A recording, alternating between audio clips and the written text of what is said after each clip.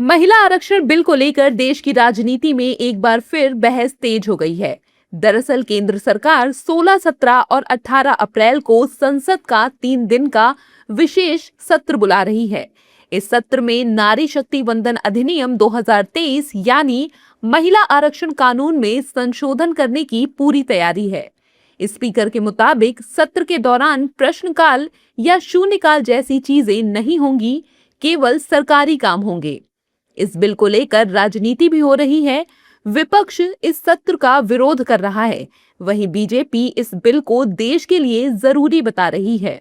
जब तक महिलाओं को हम मुख्य धारा में न लाएं, हर संभव प्रयास करना है, चाहे वो उज्ज्वला योजना हो, चाहे वो लाडली लक्ष्मी योजना हो, चाहे वो लाडली बहना योजना हो, चाहे वो लखपति दीदी योजना हो, चाहे नैमो ड्रोन दीदी योजना हो, चाहे स्वयं सहायता संस्थाओं की योजना हो, चाहे महिला आरक्षण बिल की बात हो, हर एक तरीके से चारों तरफ से हमें महिलाओं को प्रोत्साहित करना है ताकि वो राष्ट्र विकास और राष्ट्र प्रगति में अपना योगदान दे पाएँ। ये एक ऐतिहासिक निर्णय और एक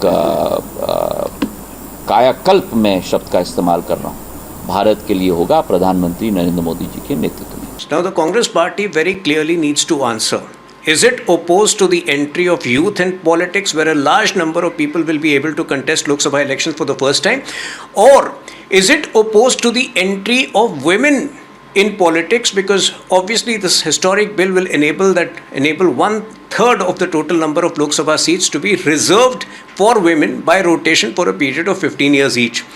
But fundamentally it seems that the Congress wants concentration of power in a few hands, and invariably that would mean concentration of power in the first family of the Congress party, because the entire Congress party is run by proxy by the first family. So I think Congress party needs to answer why it wants to stall such a historic bill and do disservice to the nation. वहीं कांग्रेस का आरोप है कि केंद्र सरकार ने पश्चिम बंगाल और तमिलनाडु में विधानसभा चुनाव के नतीजों को प्रभावित करने और चुनावी फायदे के लिए संसद का विशेष सत्र बुलाया है।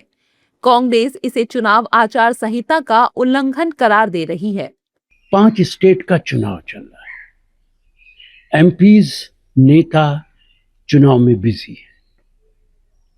आरक्षण 2029 में करना है। ऐसे वक्त में जब इलेक्शन हो रहा है, ये 2 दिन और 3 दिन का सेशन बुलाने की क्या जरूरत थी? सेशन तो अभी खत्म हुआ है, उसे एक्सटेंड कर देते, अगले सेशन में कर देते। और दूसरी बड़ी बात जो खबरें हैं, आप लोकसभा की सीटें बढ़ा के 850 सीटें कर रहे हैं। 850 सीटें अगर आप करते हैं लोकसभा के अंदर, क्या हाउस ठीक तरह चला पाएंगे? क्या एमपीज को बोलने का समय मिल पाएगा? 12 घंटे से ज्यादा नहीं होते, सेशन के दिन भी आपने घटा दिए। मुझे तो लगता है कि नियत बीजेपी की जरूर इलेक्शन की ही है, क्योंकि हर बार हमने देखा है, और जिस तरह से महिलाओं की वोटिंग परसेंटेज बढ़ा है, तो या तो महिलाओं के खातों में इलेक्शन के मुंह पर पैसा डाल दिया जाए, या फिर महिलाओं को किस तरह खुश किया जाए ताकि वो आकर इलेक्शन में वोट करें। लेकिन नियत अगर बहुत साफ है और जो होनी चाहिए, ये हमारा डिमांड है, क्योंकि मैं भी एक महिला हूँ और ये दर्द मैं रखती हूँ कि महिलाओं की आवाज़ संसद में आनी चाहिए। आएंगी तो हमारी गवर्नेंस बहुत बेहतर होगी। जैसे परिवार में पुरुष महिला दोनों परिवार चलाने के लिए आवश्यक होते हैं, देश चलाने के लिए भी महिला पुरुष दोनों का दृष्टिकोण बहुत जरूरी है। दरअसल केंद्र सरकार ने 2023 में संसद का विशेष सत्र बुलाकर महिला आरक्षण कानून पास कराया था, जिसे आधिकारिक तौर पर नारी शक्ति वंदन अधिनियम कहा जाता है। और अब 16 अप्रैल से शुरू होने जा रहे सत्र में इसी अधिनियम में संशोधन के लिए 2 विधेयक लाए जाने वाले हैं।